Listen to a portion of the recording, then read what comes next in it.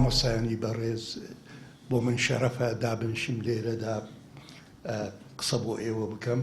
ئەمە مجاملە نییە، ئەمە لە حەقیقەتدا من هەموو کاتێ بیرم کردێتەوە بێنەوە مامۆستایانی ئاینی ئەبێ لەناو کۆمەڵگای میلەتی کورددا وەکو لە زۆربەی میلەتانی موسڵماندا ئەبێ جێگای ڕێز بن. و من خۆم ئەمە نواند کە وەختێ تازە دکتۆرام کرد بوو لە جامعەیەکی کەنەدی کە هاتمەوە کەوتمە دوای مامۆستایان ئەوانەی کەوا خەباتیانە کرد جیهادیانە کرد بۆ کورد و ئیستەش هیچ ڕۆژێک هیچ نەدامەت ناکەم بەو ڕێگایی کەوا لە وەختیا، چونکە من قەناعەتی مطلقمەیە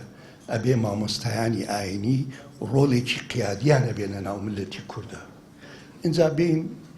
ئەگەر سێری مێژووی بکەین بەڕاستی عولەمای ئیسلام هەموو کاتێک پێشەن بووە لە خەباتی هەموو ملەتان کە وەختێک ئستعماری غەربی دێتە وڵاتانی ئیسلامی، لە زۆربەی وڵاتانی ئیسلامی جیهاد لەلایەنی عولەماوە قیادەی پێکرا. سێرەکەی مەثەلەن لە مەثەلەن قەفقاسیە لەو شوێنانە شێخ شامل لە داغستان جیهادی کردووە، عوسمان بن دافیدۆ لە نایجیریا کردێتی، لە زۆر شوێن لە جەزائیر لە هەموو شوێنێ عولەمای ئیسلام بوو و بە تایبەتی طریقەی سۆفی جیهادی قیادەی ملەتیان کردووە بۆ ڕزگار بوون. هەرچەندە بەداخۆ لەبەرەوەی ئەزمونیان نەبوو ئەو خەباتە ڕزگاری قوازیە بەداخۆ لەلایەنی خەڵکی ترەوە قۆزراوە لەبەرەوەی وەعی سیاسیان نەبوو بە جۆرەی پێویست. اینجا من ئەمڕۆ حەزەکەم بڵێم ئەمڕۆ باسی ئەواکەم خەباتی ڕۆڵی عولەمای کورد لە بزاوی هاوچەرخی کورد لەم 200 ساڵەدا بە شێوەیەکی زۆر بە خێرایی. اینجا با بینە ڕۆڵی عولەمای ئیسلام لە بزوتنەوەی ڕزگاری خوازی کورد. هەر وەکوتم عولەمای کە سەدەی 19ەم دێ عولەمای کورد لە پێشەنگین لە خەباتی ملەتی کووردا حتا شەڕی جیهانی یەکەم کوردایەت و ئیسلام دوو ڕووی هەمان دراون. هیچ کاتێک ئیسلام و کوردایەتی لە یەکتری جا نەبووەتەوە. اینجا بابین یەکەم تەجروبە طبعا ئەو برایانە باسی سەلاحەدینیان کرد، من ئەوە باسی بابەتی من نییە، بەڵام بە کورتی ئەڵێم ئەو ئەلمانیەتی لە کوردستانە بەداخەوە ئەلمانیەت شتێکی خراو نییە، بەس ئەوەی لە کوردستانە بەشێکی ئەلمانیەت دژە دینە، متأثرە بە ئەلمانیەتی فەڕەنسی، متأثرە بە ئەلمانیەتی کەمالی لەبەرەوە دژە دینە. ئینە ئەلمانیەتی غەربی دژە دین نییە، جیاوازی دەسەڵاتەکات. اینجا من کتێبێکمەیە حیواری ئیسلام و ئەلمانیەت بەش هێناومە لەیرە بەداخەوە زۆر نەبوو 36 نسخە بوو، ئەلەوە سوود وەرەگرن باسی ئەوەم بە دوور درێژی کردووە. نمونەیەکتان پێدەم کە ئەلمانیەتی کوردی بەخلافی زۆر ئەلمانیەتەکان دژە دینە. چۆن نمونادەم لە کەنەدا بووم، کوڕێکی دورزی پێمی وتی چوین بۆ رووسیا مۆسکۆ، یادی شۆڕشی ئۆکتۆبەر بوو، وتی ئێمەیان بردە وتی شەو وتم هاتوو کوردی؟ وتی بەڵێ من کوردم. وتی کورە سەلاحەدین لە ئێوە؟ وتی لەعچەوە کابرایەکی بورجوازی بووە، کابرایەکە لە خزمەتی ئەقتاعیە و بورجوازی عەرەب بووە. وتی بابا وانە ئێوە بێ شانازی پێ بکەم؟ وتی نەبوو. وتی لە مۆسکۆ دووەم ڕۆژ ئێمەیان بردە سەر قەبری قەیسەرێکی گەورە. وتی چوومە ژێر باڵێ، وتم خۆ ئەم قەبرە خۆ ئەمە مارکسی نییە، بزاندیتە ڕووسەکان چۆن ئەتیزازەکەن پێیان، بەڵام ئێوە ئەتیزاز ناکەن بە سەلاحەدین. ئەمە دەلالەتی ئەلمانیەتی کوردیە، بەداخەوە ئەلمانیەتێکی دژە دینە. ئەم واقعە بێ بزانین و ئەبێ بە حیوار کەین لەگەڵیان، تەکفیریان نەکەین، حیوار بکەین لەگەڵیانە، چونکە زۆر شتی هاوبەشەیە و واقعی کوردستان ئەمڕۆ حەزکەین حەز نەکەین ئەوان فکریان دەسەڵات ئەعلامیان لە هەموو لایەکەوە بەهێزن. ئیدەن ئێمە بێ بە حیوار ئەو دژمنایەتی کە هەیەە بەرامبەر ئیسلام کەمیکەینەوە دێنەوە سەر مەسەلەی سەلاح الدین ئەو دکتۆرانە زۆر بە جوانی باسییان کردەوە با بڵێن نەک سەلاح الدین با سەلاح الدین سەلاح الدین شتێکی هەیە نووسەرێکی رووسیە بە ناوی منۆڕسکی ڤلادیمیر منۆڕسکی ئەڵێ ئەوەی سەلاح الدین کردێتی کەم سەرکردەی جیهان نەک ئەڵێ ئیسلامی ئەڵێ جیهان ئاگادار بوون لەو کاتەی لە دوای شەڕی حەطێن بارمەتا بێ ئەسیرە بێ ببورن ئەو ئەسیرانە ژن و پیاو بوون سەلاح الدین وتی ئەمانە چی لێ بکەین گوناحن ئەمانە هەستا پارەی لە بەیتولمال بۆ ئەو ئەسیرانە ناردەوە بڕۆنەوە بۆ وتی ئەمە یەکگرتنەوەی عایلەیە عایلە لای ئێمە گرنگە چونکە سەڵی بێکان لەو کاتە هاتوبوون سەفینەی باڵگەشتی گەورەیان هێنابوو کە دۆڕان هیچ نەبوو ئەمانە بگرن سەلاح الدین گۆڕان ئەمە ئەمڕۆ لە پەیماننامەی جنیڤەیە 1963 بۆ کۆکردنەوەی عایلە بۆ چۆنێتی معاملە ئەم ئەخلاق بەرزە ئەم سەلاح الدینە بەداخەوە کتێب دەرەچێت لە ئەطروحا دەرەچێت لەسەری کتێب دەرەچێت کە کابرایەکە هیچ خزمەتی ملەتی کوردی نەکردووە کابراایکی کۆنەپەرستە اینجا بە ئەمە بەڵگەیەکە بەداخەوە لەسەر ئەلمانیەتی کوردی ئەم ڕسمەی کە ئەیبینێن ئەمە میر محەممەدی ڕەواندزیە بە کورتی من پێداچم میر محەممەد ڕەواندزی پاشای کۆرە تربیەتی کێ بوو تربیەتی مەلایەکی کوردە ئێوە مامۆستانی بەڕێزایی ناسن مامۆستا ئەحمەدی بن ئادەمی باڵکی ابن ئادەم باوکی میر محەممەد هێنای وتی پەروەردەی کوڕەکەم بکە ئەو میر محەممەدەی کە دوایی شۆڕشێکی زۆر گەوراکە و لەم شۆڕشە ئەگاتە ماردین لە تورکیا لە ئەمڕۆی تورکیا مووسڵ ئەگاتە لای سنا ئەگرێ زۆربەی کوردستان ئەگرێ طبعاً من لەو مێژوونووسانە نیم بڵێم ئەمە لە بۆچوونێکی قەومی بووە نا ئەمە سەرکردەیەکی کووردە ویستێتی شتێ بکە بۆ خۆی وە بۆ ملەتەکەی لەو کاتەدا ئەوە بووە هەدەفی بەڵام ئەمەش نمونەیەکە کە ئەم کابرایە نەخەریجی مەدرسەیەکی مارکسیە نەخەریجی مەدرسەیەکی لیبرالیە بەڵام زۆر حەزی لە چاکسازی بووە یەکەم شت کە ئەوانەی کردووە چاکسازی بووە لە بواری ئیدارە دکتۆرێک هەیە لە بەغداوە ڕوا پێڵێن ڕۆز دکتۆرێکی ئینگلیزە عایدی قونسڵیەی بریتانیە لە بەغدا کە ئەچێ بۆ ڕەواندوز ئەبینێ ئەڵێ لە هەموو دەوڵەتی عوسمانی عەدالەت نەبوو دزی هەبوو ئەڵێ چون بۆ لای بۆ ڕەواندوز ومانە ئەڵێ بە شەو ئەمانە بوو بە ڕۆژ ئەمانە بوو دوای سێن کرد ئەم دکتۆرە ئەم میر شەو لەگەڵما باسی کرد باسی سیاسەی ئەوروپایە کرد لەگەڵما ئەلێ باسی تۆپیە کرد ئەوت چۆن ئێمە چۆن یارمەتیمانەدەن ئێمەمانەوێت لە بواری پزیشکی یارمەتی ئەو ملەتە بدەن لە بواری ئیداری لە بواری سپا تقریبەن بە جۆرەی بەعزە نووسەری 30,000 چەکداریە بوو چەکداری بەردەوام بە باشترین چەکی ئەو زەمانە تەسلیح کرابوون باشە ئەم عالمە ئەم سەرکردە کووردە تەنها بوو فکرێکی بێ مەدرسەیەکی پیاوی بوو ئیسلام بووە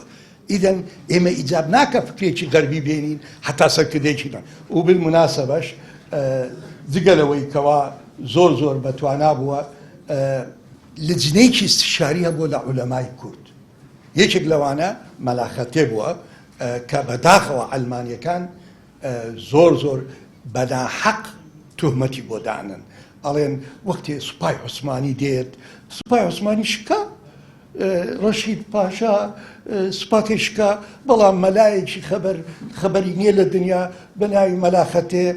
فتوایەکی بۆ دەرەکە ئەڵێ ئەمە سوپای عوسمانی ئەمە موسڵمانی نابێ شەڕی بکەین و ئەلێ ئەمە بە دەسیسەی عوسمانیەکان بوون چێ صاحبی ئەم قسەیە علی سیدۆ گۆرانی کتابێکە ڕەحلە من عمان إلى عمادیە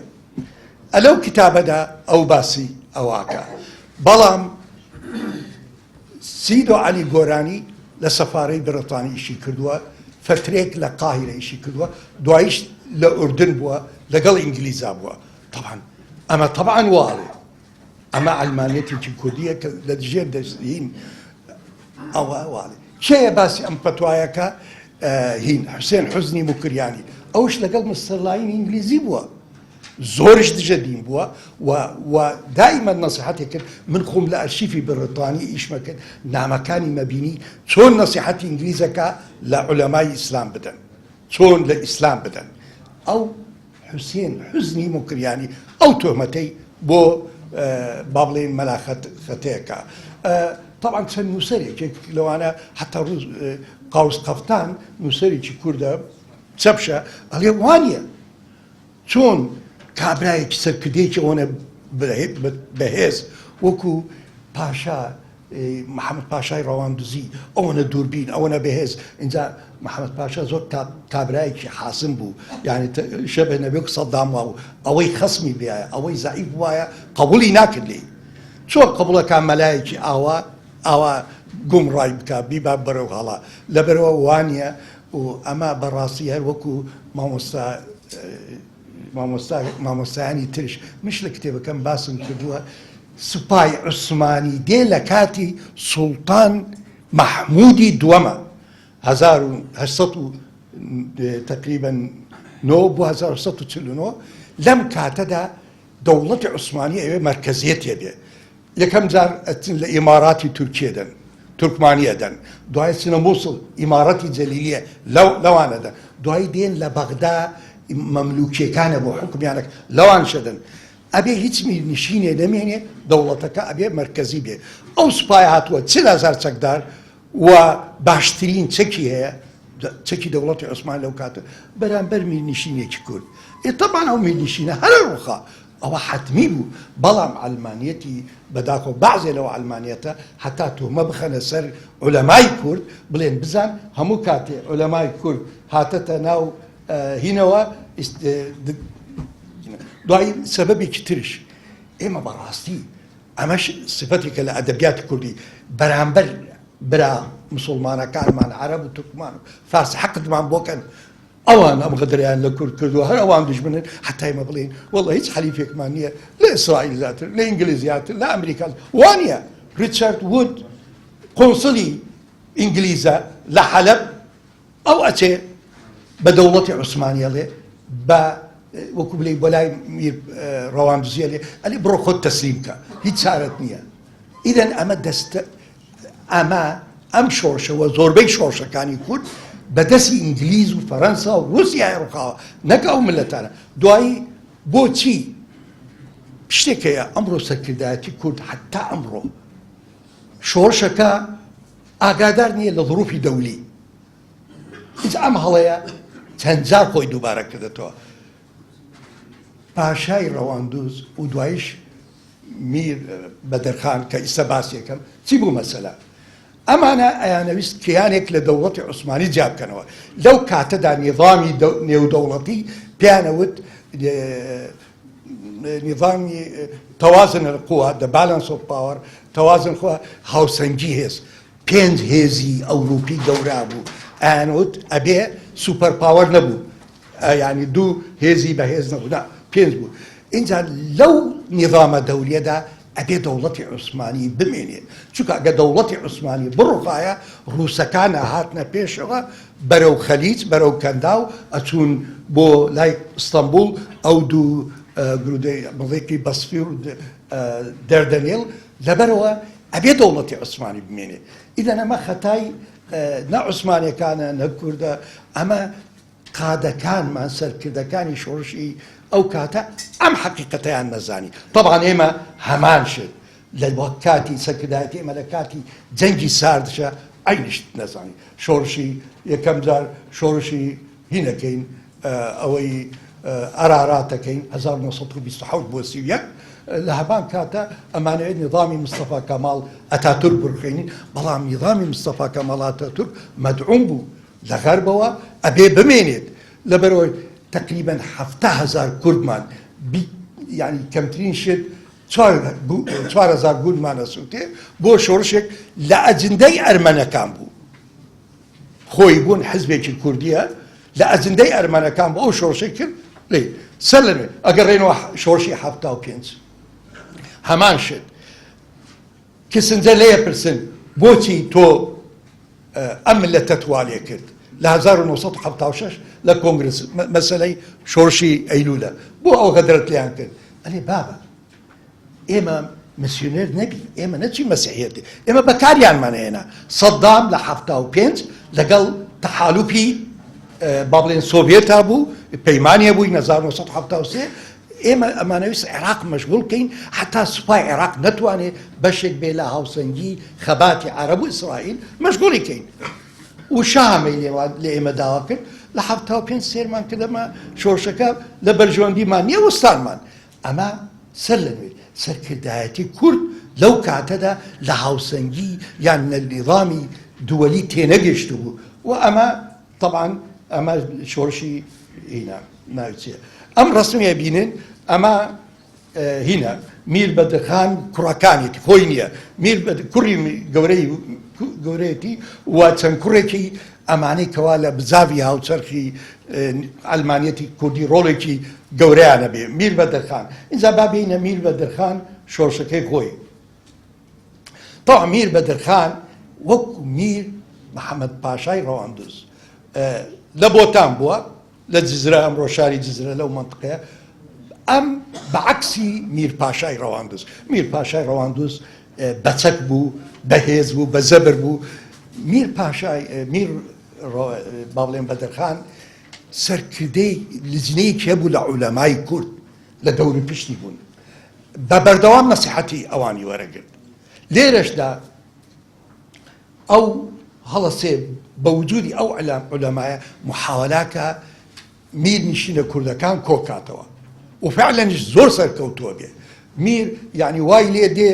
لە بەدریسەوە حتا مووسڵ حتا بابان حتا کوسۆران حەزەکەم بچن بەیعەتی بدەنێ بێ ئەوەی چەک بەکاربێنێ ئەمەش پەروەردەی ئەم ها گرانت مسیونەرێکی ئەمریکیە ئەلێ چوم سێرەکەم ئەو عەدالەتە لەناو ئەو شوێنەی میری بۆتانەیە ئەلێ لە هەموو دەوڵەتی عوسمانی نەبووە ئیسلاحات میر بەدرخان وەک میر پاشا ڕەواندوز سوپایەکی زۆر وەکو بڵێ منەظەم بە چەکی باش ئەگەڕێمەوە ئەڵێم ئەمەش دەرسێکە بۆ ئەوانەی کەوا ئایانەوێ ئەمڕۆ بڵێن ئیسلام بەدیل نییە قووەتی هین ئەڵێت نووسەرێکی عەرەب ئەمریکیە لە بریتانیا لە ئەمریکا دەست بە ناوی وادی جوەیدە ئەڵێ ئەو عەدالەتەی لەو منطقانەیە میر بەدرخان کردێتی لە هیچ کۆ نەبووە ئەلێ میر بەدرخان سەرکردەیەکی کارزما بووە و ئەڵێت هیچ گومانم تیانە دوای سولالەی پێغەمبەر و دوای خەلیفەی عوسمانی میر بەدرخان لە جیهانی ئیسلامی پیرۆزترین کەس بووە ئەمە کێواڵێ ئەمە وادی جوەیدە کەوا دکتۆرێکی ئەمریکیە گرانت ئەڵێ گرانت ئەم مسیونەرە ئەمریکیە ئەڵێ چوون بۆ ئینەکەی خۆی میرنیش ئەلێ دوو مانگ لای بوو ئەڵێ سرم کرد ئەو عەدالەتەی ئەو بەکاری دێنێ هیچی نییە ئەڵێ ڕۆژێ خزمێکیان هێنا دزی بوو شتێکی دزی بوو وتی بە مەلاکانی وت ئەمە حوکمی چی وتی ئەڵاوان وتی دە ئیدام بکەن دەستی ببڕن بووبرە دەستیان بڕی ئەلێ لەبەرەوە بوو منداڵ ئاڵتونی بەدەست بیایە شەو لە هەرکێ بڕۆشتایە کەس نەیەوێرا دەستی لێ بدەێت باشە هێزی میر بەدرخان لە چی بوو هەمان شت ئەڵێمەوە ئەمە مەجموعەیەکی عولەمای مجاهد و تێگەشت و لە واقعی ئەو کاتە قووەتی لەوان وەرەگرت حتا حەلفێکی دانا حەلفێک بە ناوی هاوپەیمانی کورد و زۆربەی ئەندامانی ئەو حەلفە کێ بوون ئەو عولەمایە بوون ئیدەن ئەم شۆڕشەی میر بەدرخان طبعا حرەکێکی زۆر گەورا بێ دوایی بەداخەوە ئینگلیس سەر لە نوێڵم ئینگلیس ئەبنە هۆی ڕوخانی ئەم شۆڕشە نەک تورک چۆن ئەمە ئاسووریەکانە بوون لە حەکاری ئەم ئاسووریانە بە دەسیسەی چەند مسیونەرێک ئەبێ بازیان بدایە ڕائیە بوون، بازیان بدایە نوڕڵڵا لە هەکاری و نوڕڵڵاش هاوپەیمانی هین بوو بەدرخان بوو ئەبێ بازیان بدایە. کابرایە کەیە قۆنسولی بریتانیا لە ئەسڵی ئاسووری ناوی نەمرود ڕەسامە لە مووسڵ هانیانەدا ئەڵێم باسمەدە ناهین بەدرخان بازمەنە نوڕڵڵا طبعا لێرە شەڕە بێ و دوای چەکداریانەکەن چەکداری ئاسوورەکە دوایی تێن هەڵەسن لەو مەناتقانەی بۆتان گەورەترین کنیساکەن کنیسێکەکەن 400 ژووری تایە طبعا ئەمە ئیستیفزازی کوردە و دەوروپشتی هەمووی موسڵمانە اینجا طبعا شەڕە بێ لیانە درێ کە لێیانە درێ فەڕەنسیەکان و بریتانیەکان ئەڵێن بەدرخان 10,000 مەسیحی سەر برێ و ئەعلامی بریتانی و فەڕەنسی و ئەمانە یەڵا دەوڵەتی عوسمانی ئەبێ هێز بنێتە سەری دەوڵەتی عوسمانی لە ژێر فشاری ئەمان ئەو هێزە ئەنێرێت و میرنشینی با بڵێن بەدرخان ئەڕوخێت ئیدەن ئەمە خەباتی تورک و کورد نییە ئەمە دەوڵەتی کە عوسمانیە دەسەڵاتی خۆی یەکێ یاخی بۆ لێی بەڵام جوولێنەری ئەم فیتنەیە ئینگلیز بووە و کابراایك بە ناوی نەمرود ڕەسام کە قونسڵە ئەمە واقعی شۆرشەکانی کووردە با بڵێن هەتاکو تێینە بەدرخان ئەو ڕسمایی بینین ئەمە کێیە شێخ عوبەیدوڵڵای نەهریە شێخ عوبەیدوڵڵای نەهری ئەمە شتێک هەیە لە دوای سوڵتان مەحموودی دووەم کۆنتڕۆڵی هەموو میرنشینی کورد و عەرەب و هینا بوو کە هەمووی ڕاستەوخۆ ڕەبتەکا بە کێوە بە ئەستەمبوڵەوە ئیدەن ئەمە هەروەکوتم خەباتی ململانی کورد و تورک نییە ئەمە دەوڵەتێکە مرکزیەتی خۆی دەسەڵ طبعا ئەمە غەڵەت بوو لەو شتە ئەمە چەند مستەشارێکی مەحموودی دووەم کە متەئەثر بوون بە غەرب ئەمانیان پێیوت ئەم شتانە بکە مهم لە 1853 ئاخر میرنشینی کورد ئەڕوخێت اینجا کێ دێتەکایەوە سەرکردەیەکی تازە تێنەکایەوە ئەم سەرکردە بە گوێرەی زۆربەی نووسەران سوفیگەرین طریقەی نەقشبەندی و قادری ئەمانە ئەو بۆشایەتەی میرەکان پڕەکەنەوە ئیتر لەمەودا هەرچی خەباتێکە بێ خەباتی سوفیگەریە و حزبی پێڵێن حزبی نەقشبەندی ئەمانە نەقشبەندی طبعا حزب نین بەس ڕایەی کوردایەتی لەسەر شانی ئەمانە بێت اینجا ئەمانە تقریبان حتاکو شەڕی جیهانی یەکەم چەندەها شۆڕشە بێت چەندە ئێستا من بە کورتی باسییان یەکێک لەوانە شێخ عوبەیدوڵڵای نەهری کوڕی شێخ تاهای یەکەمە لە هین بوو لە حەکاری ئەمڕۆ بووە شێخ تاهای نەهری شێخێکی مجاهدە عالمە و شێخی بارزانش لە وەختیا طریقەتی لە ئەو وەرگردووە تاهای نەهری یەکەم طبعا شێخ تاهای نەهری لە شەڕی رووسی و عوسمانی بە 15,000 چەکدار لەو شەڕا بەشدار بووە و شێخ تاها لەو سۆفیانەیە کەوا چاکسازی کردووە لە ناو طریقەت هەم ناحیەی ئیدیۆلۆجی و هەم ناحیەی با بڵێن تەبەنای پرسی کوردایەتی کردووە اینجا یەکێک لەوانە کە کوڕەکەی شێخ عوبەیدوڵڵای نەهری 1881 خۆی کۆکاتەوە سەر لەنوێ ئەمش عشیرەتەکان و مەلاکانی کورد کۆکاتەوە لە گوندی نارۆ لە دەیەکایە چی پێ تقریبان ئەڵێن 400 عالم کووردە شێخی سۆفی و عالم ئەلێ ئێوەی حازر بووان لەیرە ئەمڕۆ واجبتانە دەوڵەتی عوسمانی کەوتەتە ژێر فشار وڵاتانی غەربی ئەوە کوردستانشە بێتە ئەرمینیا ئیسلام لە مەترسیدایە ئێمە وەکو باو باپیرانمان ئەبێ دیفاع لەم عەقیدەیە بکەین ئەجا ئەم خوتبەیە خوتبەی منی ئەم قسەیە لە کتێبەکان دەرم کرد لێرەدا سێکرد کۆکاتەوە لە بین دیفاع لە ئیسلام و دیفاع لە کوردایەتی و ئەوش ئێوێت کیانێکی هەبێت بەڵام یەکەم جار بەرە و ئێرانە ڕوە دوایی بەداخەوە سەر لەنوێ ڕووسەکان یارمەتی قاجارێکانەدەن و دەوڵەتی عوسمانیە کەوتە ژێر فشارێکی زۆرەوە هێزێک بنێرێ دژی شێخ عوبەیدوڵڵای نەهری شێخ عوبەیدوڵڵای نەهری ئەگەڕێمەوە لەبەرەوە ئەمە مناسبەیەکە ئێوەی مامۆستانی بەڕێزدانشنە بە هەموو خەتەواتی بە جۆرەی نووسەرێک بە ناوی ڤان برۆنسن هۆڵەندیە ئەلێ هیچ خەتۆیکی ناکرد بێ استشارەی عولەماکانی دەورە پشتی بەڵام بەداخەوە مێژوو نووسانی کورد باسی ئەم حەقیقەتەی شێخ عوبەیدوڵڵا ناکەن وا پێشانێدەن وەکە ئەنەما شێخ عوبەیدوڵڵای ناری تەنها کوردایەتی کردووە و لە ئاسمانەوە هاتووە یان بیر و بۆچوونەکەی شتێکی باسی ناکەن کێ ئێمە پێویستمانە حەقیقەتی ئەم شێخ عوبەیدوڵڵا وەکو شۆشەکانی تر لێ تێبگەین ئەگە سێری ئەو هێرشە بکەین کە ئەینێرێت بۆ ئێران هێزی یەکەمی 20,000 چەکە بە سەرۆکایەتی شێخ عەبدولقادری کوڕێتی لە باشووری ورمەوە ئەڕۆ بەرەو مەهاباد هێزی دووەمی بە سەرۆکایەتی شێخ سدیق برازای شێخ عوبەیدوڵڵا ئەوش بەرەوەیە هێزی سێم بە سەرۆکایەتی خەلیفە محەممەد ژمارەیەکی 5,000 کەس بوونە بەرەو شاری ورمۆت شێخ عوبەیدوڵڵا لەوە بوو ورمێ بگرێت وەوتی حتا تەبریزە ڕۆم لێرەدا ئەمریکیەکان مسیونێرە ئەمریکیەکان دەورێکی زۆر ناشرین نەبی مسیونەرێک بە ناوی کۆچەران دکتۆرە مسیونەریە لە وەرمێ ئەچێ بۆ لای شێخ عوبەیدوڵڵا ئەلێ شێخ عوبەیدوڵڵا لەم شارە ژن و منداڵێکی زۆرەیە هینەکەت تاخیرکە مەچۆ ناو ورمیەوە دەیدەی مەشغوڵیەکە ئەمە بە دەسیسەی هەمان شێت ئینگلیز و ڕووس ئەو ئەگەر شێخ عوبەیدوڵڵا بچێ بەرەو ورمەی بکردە بەرەو تەبریز بوو ڕۆشتە شێخ عوبەیدوڵڵا سەرەکەوت بەڵام لێرەشدا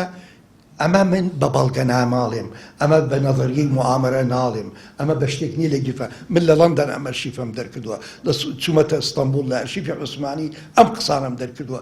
یعنی هۆکاری سەرەکی ڕوخانی شۆڕشی عوبەیدوڵڵا ئەو میسیونێرە ئەمریکیە بە ناوی کریس کۆچەران ئەمە لەیرە با بچینە شێخ عەبدولسەلامی بارزانی شێخ عەبدولسەلامی بارزانی طبعا من دەربارەی طریقەتی سۆفیەتی بارزانی هیچ نازانم و هیچ دیفاع ناکەم لە کەم و کورتی یان لەینی بەڵام لەو ئەرشیفەی بینیم بەرامبەر دەربارەی شێخ عەبدولسەلامی بارزانی ئەو حەقیقەتە ئەڵێم ئەم برایە زۆر مخلصی ئیسلام و زۆر مخلصی کوردایەتیش بوو اینجا شێخ عەبدولسەلام هەڵەسێ بە چەند چاکسازیە لە ناو عەقیدەکەی با بڵێن طریقەی سۆفی لە کاتی خۆیدا لە دوای وەفاتی باوکی شێخ محەممەد عولەمای کورد کۆ کاتەوە لە بابینان داواکە ئەڵێ با ئێمە هەڵبسین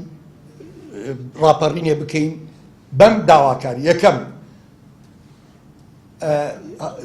تەوزیعکردنی دابەشکردنی ئەو ئەرزانە هین ئاغاکانە لە مەنتقە لێمە ناحەقە ئەبێت تەوزیعکرێنە سەر فەلاحەکان هەڵوەشاندنی مارەیی زۆر وەژنێنان بە زۆرە ملی ئەمە شتێکی باشە ڕێکخستنی پەیوەندی کۆمەڵایەتەکان لەسەر بنەڕەتی دادگەری و یەکسانی ئەمە شتێکی باشە ئەمەش لێکێکە دوایی چێڵێ لە خاڵێکی تریا ئەو تا لە خوارەوە ئەڵێ چێڵێ ئەڵێ دەوڵەتی عوسمانی ئەبێ لە منتیقەی ئێمە مەزهەبی شافعی جێبەجێ بکات و ئەڵێ ئەوانەی ئیدارەتی ئەم منتیقا بن ئەبێ کورد بن و زمانی کوردیش ببێتە زمانێکی ڕەسمی لێرەدا یعنی ئەمە بەیاننامێکە ئەمە بەڵگەنامەیەکە پێشانیەدا شێخ عەبدولسەلامی بارزانی کۆ کاتەوە لە بینی ئیسلام و لە بینی چی لە بینی کوردایەتی بەڵام زیاتر قونسڵی ئینگلیز لەوان ئەچێ بۆ لای ئەڵێ 1970 تازە ئینقلابی ئیتیحادیەکان تۆڕانیەکان هاتوونەتە سەر حوکم ئەلێ شێخ عەبدولسەلام تو چی داوە بۆچی دژایەتی ئەم دەوڵەتاکەی جۆ بگرن چێڵێ ئەمە لە راپۆرتێکی ئینگلیز قونسڵەکە چۆ بۆ لای بۆ بارزان ئەڵێ ئەم بێدینانە ئەم ماسۆنیانە ئەم یەهودی دۆنمانە کە ئێستا حوکمی دەوڵەتی عوسمانیەکەن ئەڵێ ئەمانە دوورن لە ئیسلام دوورن لە شەریعەت و لە سەحافەی ئیستانبول لە ڕۆژنامەکانی ئیستانبول دژی پێغەمبەر و خێزانەکانی قساکرد. ئەمە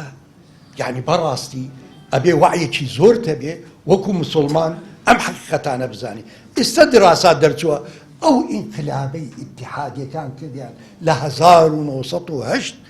لەسەر سوڵتان عەبدولحەمید ماسۆنی بوونە. فعلا ئەم حقایقاتانەی سەوایە و فعلا لە سەحافەی ئیستانبول باسی عایشاکەن وەک سەحافەی خۆمان لە کوردستان بەداخەوە کە چەند ساڵێ بەلێسە کردیان کە ئەمە منداڵ بووە پێغەمبەر ئیستیغلالی کرد واوەوە. شێخ عەبدولسەلام ئەمە بوو یعنی و دواییش هەر هەمان قونسڵچێڵێ ئەڵێ من چووم جگە لە شێخی بەرزان زۆربەی مەلاکانی کوردستان دژی ئەم دەسەڵاتن. ئەم دەسەڵاتەی ئیتحادیەکانن. تکایە مامۆستایانی بەڕێز ئێوە ملزەم نین دیفاع بکەن لە دەوڵەتی عوسمانی. ئێمە بە جۆرەی شەرعی خۆمان ملزەمین دیفاع بکەین لە ئاهدی پێغەمبەر صلی الله علیه و خولەفای ڕاشدین. بەڵام حەقیقەتێکە ئێوە ئاگادار بن دەوڵەتی عوسمانی هیچ عەلاقەی بە تورکەوە نییە. پێش ئەم ئینقلابەی تۆڕانیەکانی کە 1970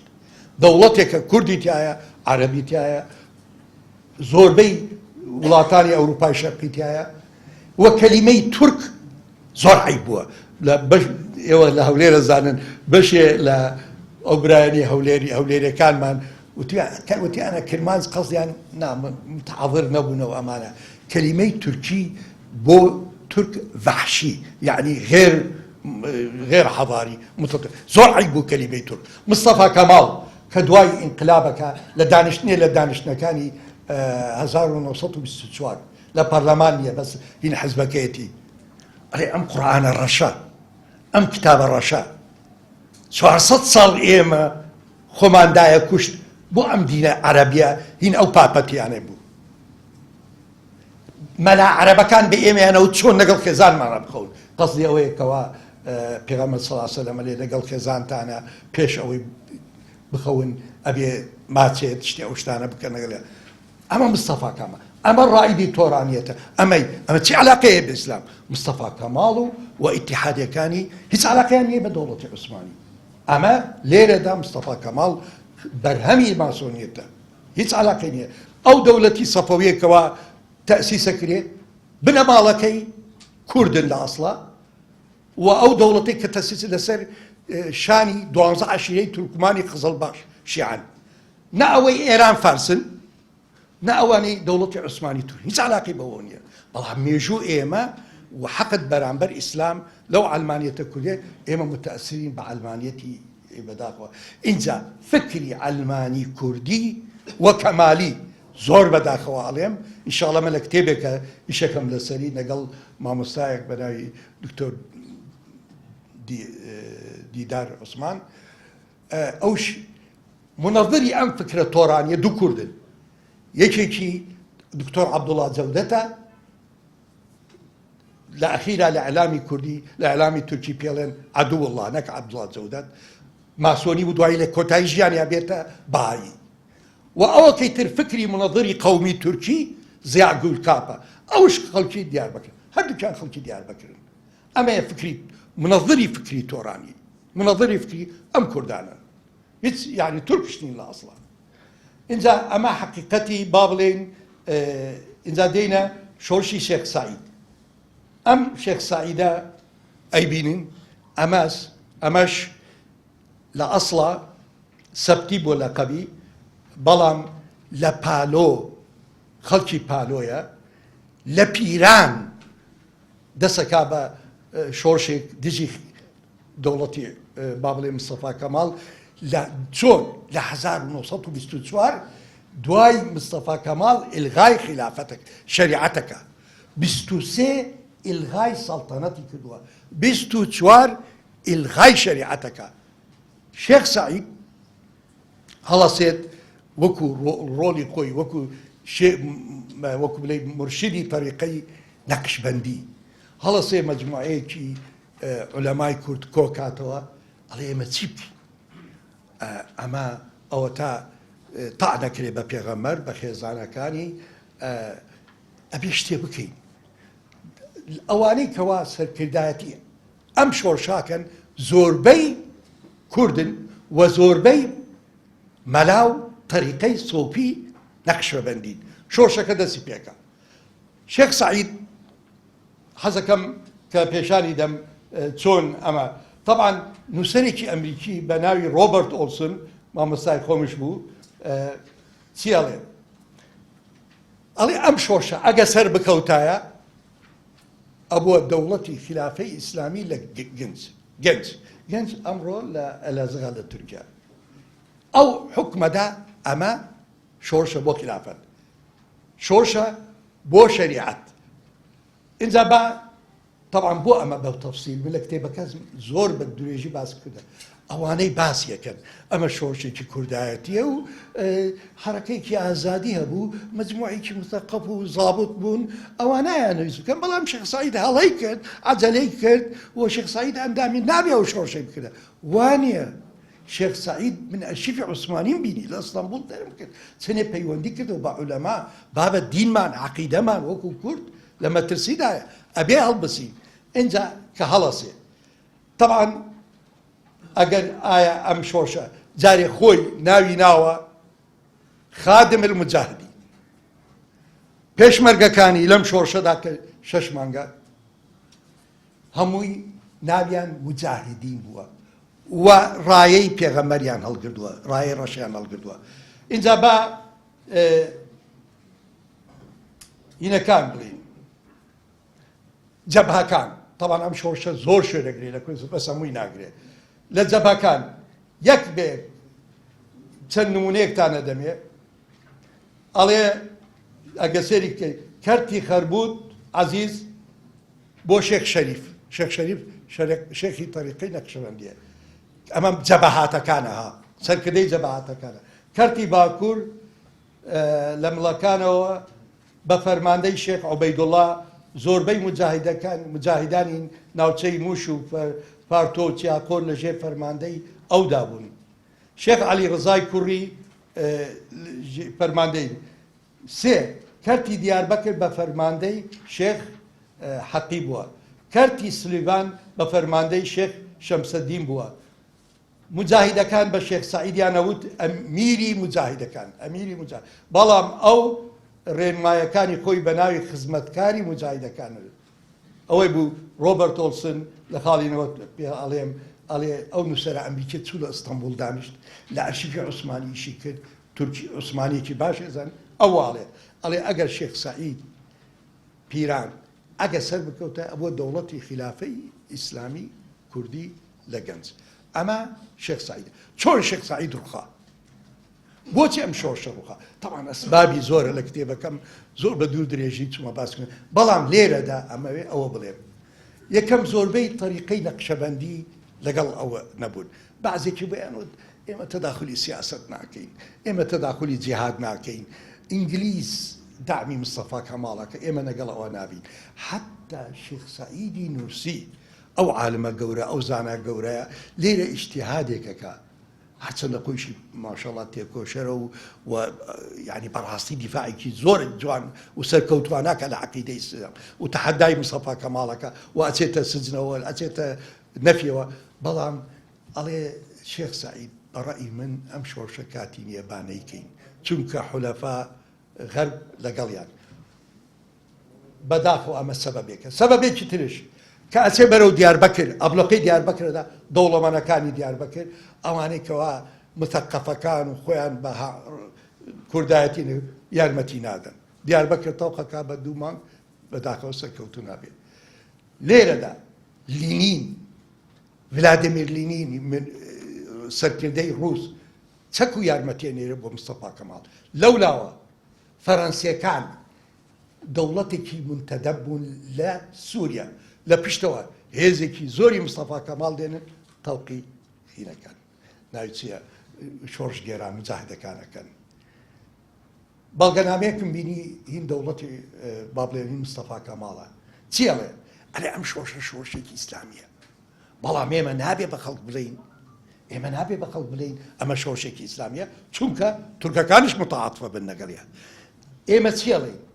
بە غەربیەکان ئەڵێین ئەمانە کۆنەپەرستن یانەوە خلافە بگەڕێنەوە بە تورکەکان ئەڵێن ئەمانە بە دەسیسەی ئینگلیز جولاونەتەوە ئەیانەوە جیداخوازی بکەن و بین بکەن ئاوا طبعا هەر وەکوتم لەبەر ئەم هۆکارانە ئەم شۆڕشەش ئەڕوخێت ئەمە بە نسبەتی شێخ سەعید بوو اینجا بە 5 دقەیەک لەگەڵ قازی محەممەد و شێخ با بڵێن مەلام سەفای بارزان خۆعافیکە با بگەڕێنەوە قازی محەممەد قازی محەممەد لای ئێوە هەمووتان ئەزانن کە مامۆستایەکی خۆی و باوکی قازی بوونە و قازی محەممەد بە تایبەتی پەروەردەیەکی ئیسلامی و عالمێکی مجاهدە و عالمێکی زۆر زۆر پاک بووە و لە خزمەتی کوردایەتی و ئیسلام بووە کریس کۆچێرا نووسەرێکی فەڕەنسیە ئەلێ چوون بۆ لای ئەڵێ وتی من ئێوە وا تەسەور نەکەن ئێمە پیاوی سۆڤیەتی چکە جمهوریەی کوردستان لە مۆهاباد ئەعلامی ئێرانی وت ئەمانە شوعین ئەمانە لە ئەجندەی رووسی سۆڤیەتدان اینجا کریس هین چێڵێ قازی محەممەد چێڵێ ئەلێ وا غەڵەت تێ نەگەن ئێمە ئەلێ ئێمە موسڵمانین ئێمە عەقیدەی خۆمانەیە فەرموو سێری حکوومەتەکەی من بکەن نیوەی حکوومەتەکەی کۆماری کوردستان چین ئەڵێ مەلان سەرۆک وەزیرەکانی بابەشێخە مەلایە سەرۆک وەزیری کۆماری کوردستان مەلایە مامۆسای ئاینیە بەڵام لێرەدا ئەلمانیە چۆن قازی محەممەد بەکاردێنن لەوێ ڕێکخراوێکە بە ناوی ژیکاف ژیانەوەی کورد 1943 دامەزێت لەلایەنی ڕووسەکان و ئەرمەنەکان یارمەتیانەدەن بەس دوای 2 ساڵ سێرەکە ناتوانن بچن ناو ملەتی کوردەوە ئەڵێن وەڵڵا ئێمە چارەمان نییە بێ بچین قازی محەممەد بینین حتا جەم وفعلا کە قازی محەممەد دێت قازی محەممەد ژیکافە بێتە حزبێکی جەماوەری و دوایش تەوان ڕووسەکان پیان ئەڵێن ئەم ژیکافەش بگۆڕن ئەبێ ناوی ببێت پارتی دیموکراتی کوردستانی ئێران لێرەدا ئەمانوێت چی بڵێن حتا 1945 ئەلمانیەکان نەیانتوانیوە بچنە ناو جەماوەرەوە ئیلا من خلالی عولەمای ئیسلام من خلالی زانایانی ئیسلام ئەمە نمونەی پارتی دیموکراتی کوردستانی ئەوەی خۆمان پارتی دیموکراتی کوردستان چۆن تەشکیلەکرێ لە 1946 لە مەهاباد هەمان شت مجموعەیەکی شوعی کورد لە بەغداد بەسەرکردایەتی حەمزە عەبدوڵڵا حزبێک دانە بە ناوی شۆڕش سێرەکەن خەڵک بە کافریان نەزانێ بە مولحیدیان کەس نزیکیان ناکەوێت ئەڵێ وەڵڵا ئێمە چارەمان نییە حتا بچینە ناو ملەتی کوردەوە ئەبێ بچین بۆ لای مەلا مستەفا مەلا مستەفا لە تەریقەیەکی نەقشبەندی خەلفیەکی عایلی دی ئاینیە ئەچن ئەڵێن مەلا مستەفا ئێمە ئەتوینە با پێکەوە حزبێکی دابنین بۆ کورد پارتی دیموکراتی کوردستان ئاوا تەشکیلەکرێ طبعا ئەو برایانەی لە ناو پارتین ئەم ڕوایە ڕەفزەکەن لە حەقیقەتدا وایە حەمزە عەبدوڵڵا خۆی لە مدەکەراتی خۆی واڵێ ئەڵێ ئاوا ئێمە حەزبەکەمان و ئەو شیوعیانەی کە ڕەفزەکەن بێنە ناو پارتیەوە گوم نەبن بەڵام ئەلمانیەتی کوردی زۆر بەزیرەکی مامۆستایانی ئاینی ئێمەی با بڵێن سەرکردەکانی سۆفی یان بەکارێنا ئەجندەی خۆیان تەوانم یەکەم جار نییە مامۆستای ئاینی بەداخەوە مامۆستای ئاینیش بەشەرە مەعسووم نییە ئیجتیهاداتی غەڵەتەکە ئەلەوە طبعا ئەلمانیەتی کوردی ئاوا هاتنە ناواقعی ملەتی کوردەوە بە کورتی ئێمە پێویستمان بە ئیعادەی نووسینی مێژووی کووردە بەڵام بەداخەوە حتاکو ئێمە کتێبێ دەرەکەین نامێڵکەیە دەرەکەین چەندەها ئەتڕۆحە دەرەچێت لە دەروەی وڵات بەو تەوەجوهی کە کورد لە ئیسلام دوور بخا بەداخەوە و باسی ئەوە شەکرێ مامە ئاخر نقطەیە ئەو شەوەیە کوردستانەوەی کورد مسلمان نییە ئێمە چەندەها کەمایەتیمان هەیە لە سەتانەوە تولۆی ملەتی کورد مسلمانە ئەوەکەی تریش کە مسلمان نییە کورد نییە لە کوردستانە ژێت کورد لە ئیسلام جات هیچ عەقیدەیەکی نییە و ئەوانەی کەوا لە کوردستان بوونە یاسا با بڵێن کاکەیەکان ئەوانە لە سەتایەکی ملەتی کورد نین كمایەتی ترمانەیە بەس مسلمانی کوردنی ولا هەموو عورفێکی دیموکراتی دا ئەبێ زۆربەی ئەکثەریەتی ملت ئەبێ عەقیدەی خۆی بێ لە نووسینی دەستوری کوردستان ئەیانوت ئەم مەسەلەی ئیسلام و شەریعەت نابین کە چونکە کوردستان هەمووی مسلمان نییە چوم سێر دەستوری بریتانیم کرد سێر دەستوری زۆربەی وڵاتەکانم کرد ئەلێ لە دەستوری زۆربەی وڵاتە ئەوروپیەکان ئەلێ نابێ هیچ قانونێکە بێ دژی کنیسەی دەوڵەتە بریتانیا مەلیکەی کنیسەیە سەرۆکی کنیسەیە لە ئیتالیا هەمان شت لە ئەسپانیا لە هەموو وڵاتەکان سەرۆکیان و عەقیدەی ڕەسمیان لە کنیسە لە دەستورایە بۆچی ملەتی کورد لە سەتانەوەتی نۆی مسلمان بێ دەستور باسی ئینەکە وآخر دعوانا الحمد لله رب العالمين